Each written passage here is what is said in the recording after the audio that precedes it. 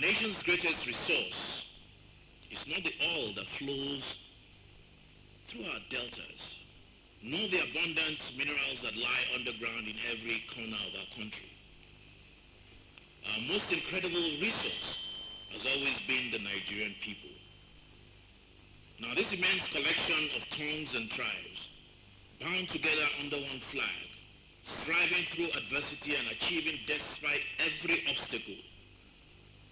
As we are gathered here this morning, our cause is more than to seek solutions to challenges of tertiary education in Nigeria. In fact, we are here today on a mission to save Nigeria. Ladies and gentlemen, a just society cannot guarantee its citizens equal outcomes any more than a doctor can promise eternal good health. What we can and must do is ensure all our citizens are afforded equal opportunities to succeed or fail on their own. For Nigeria to reach its potential and achieve the greatness we are capable of, we must invest in our people.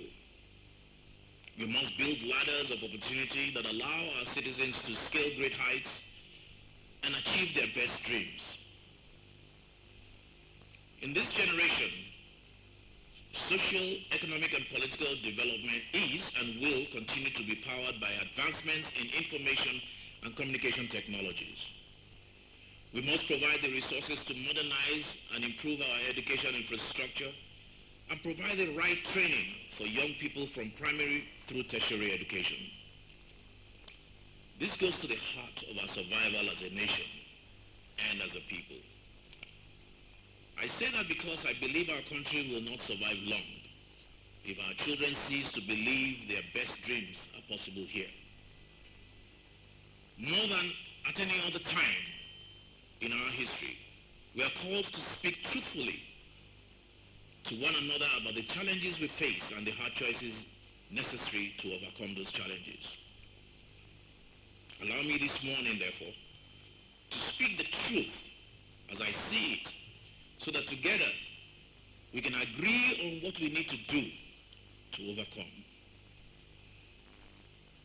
Time was when the tertiary institutions in our country were centers of excellence, comparable to the best institutions anywhere in the world. There was a time when our brothers and sisters from across Africa and even farther sought out our institutions and we welcomed them in droves. That time, sadly, is no more.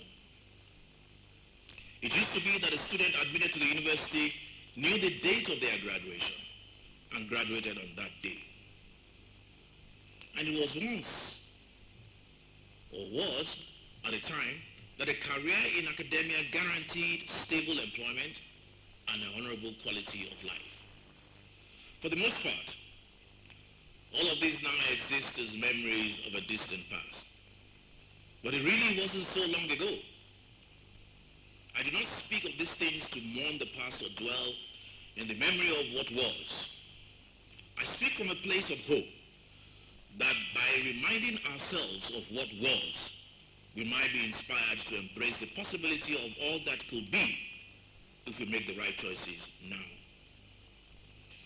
For 8 months this year, students of federal tertiary institutions sat at home due to a litany of unresolved issues between the Academic Staff Union of Universities. And I'm glad that the past president and the current president and members of ASU are here present today. Our students sat at home for 8 months, and the federal government, between the disputes between the federal government and ASU. Now, these university strikes are almost perennial and preceded this government. The recent one was not the first, and sadly may not be the last, unless we determine to make it so. The end of the strike was a relief to all. It meant the resumption of academic activities and a return to routine for students. However, the end of the strike did not mean all the issues of funding, education standard, and student and staff welfare had been resolved. At the time, I called for the government, universities, unions, and citizens to see the moment as an opportunity to begin the critical conversation about the future of public tertiary education in this country. This National Summit on Tertiary Education Reform is the manifestation of our commitment in the 9th House of Representatives to engender a national conversation, to consider bold ideas and radical innovations to restructure and reform public tertiary education in Nigeria. How do we ensure that every child born in Nigeria in this generation and hereafter can compete favorably in an ever-changing world? This is the defining issue of our age. And the answer is simple. We do it by providing a quality education that empowers the mind to ask hard questions and accept complicated solutions. We do it by training our people to revel in inquiry, embrace complexity, and not be afraid of knotty problems. Education is a silver bullet, I believe, that eliminates poverty and lack. It presents hope and confidence and reduces violence and strife. Education offers us the promise that by the application of our minds and the work of our hands, we can make this world better and improve the life of man on this earth. Education is a gift that keeps on giving through generations. A university degree or tertiary qualification of some other kind can be the catalyst that changes the trajectory of an entire family. Evidence abounds of the transformations that can happen when ambition and diligence are amplified by access to quality education and training. By all means, in a perfect world, access to education will be a fundamental benefit afforded to every individual from basic through tertiary.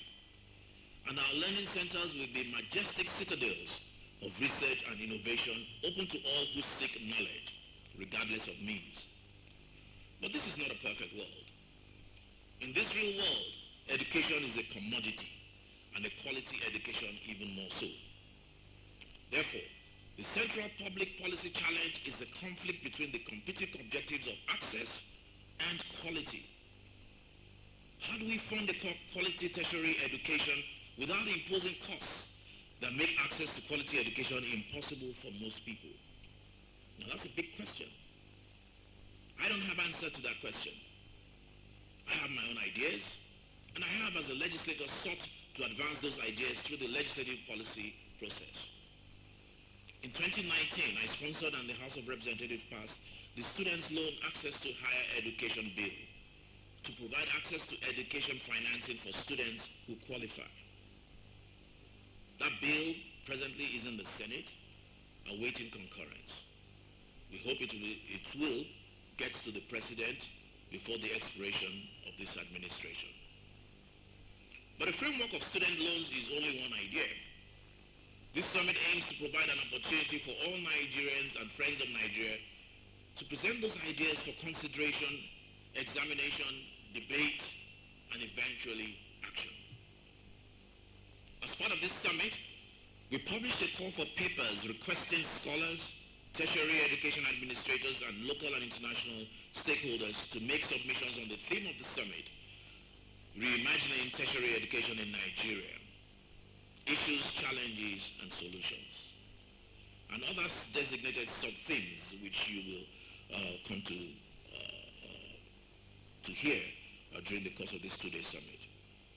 Now, by this morning, we have received over 1,000 such submissions, including from outside the country. This tells you how important and how interested people are in the education sector in Nigeria. Over 1,000 submissions, as far flung as Oxford University. Because people realize and understand not only the importance of education, but the place Nigeria holds in the Committee of Nations in Africa.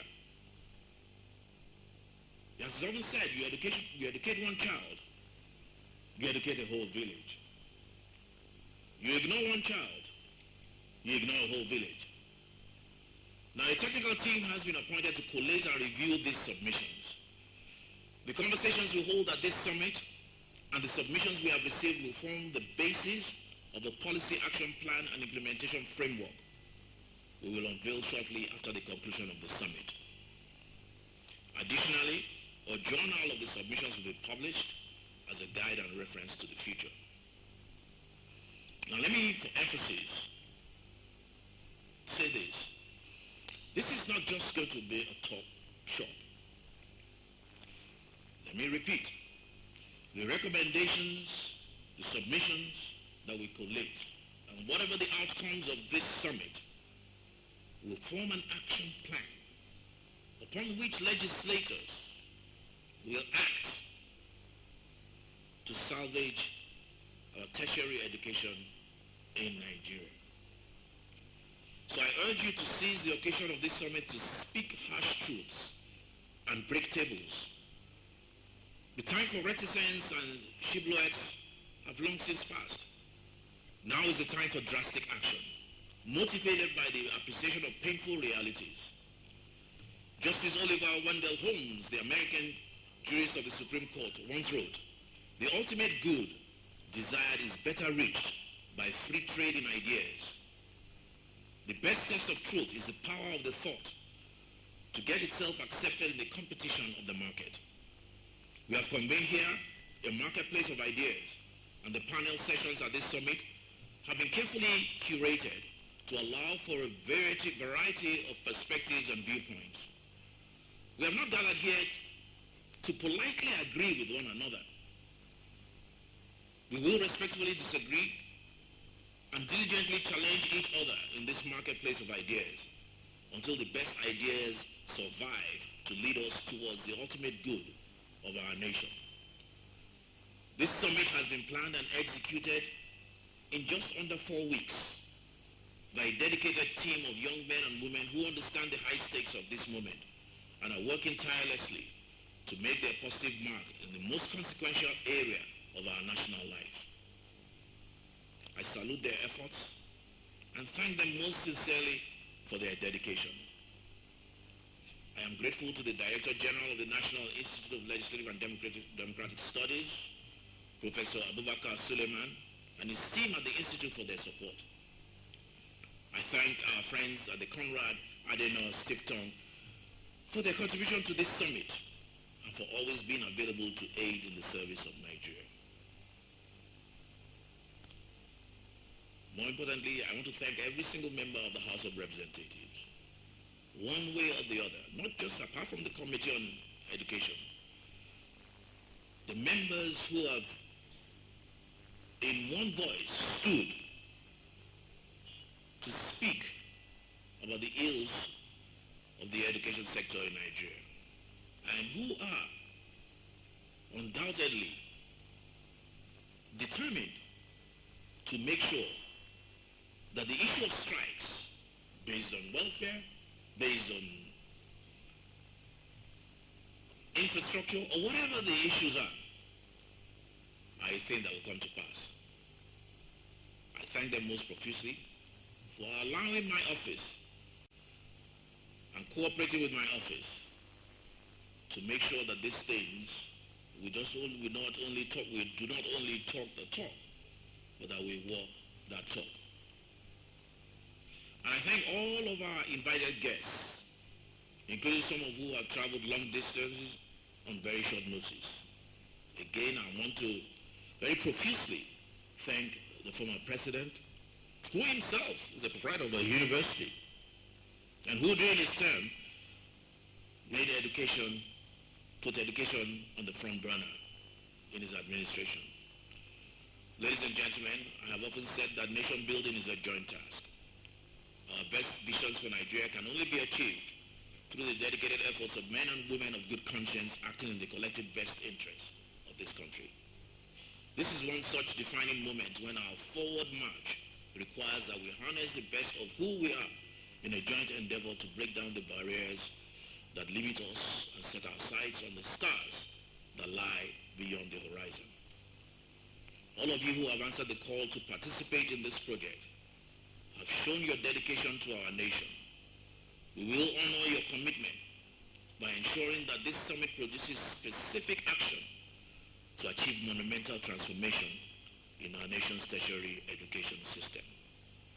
I want to assure you all that by the grace of God and the works of our hands, the Nigeria of our dreams is still possible and attainable, and we will get there together. Thank you. God bless and keep you all, and God bless the Federal Republic of Nigeria.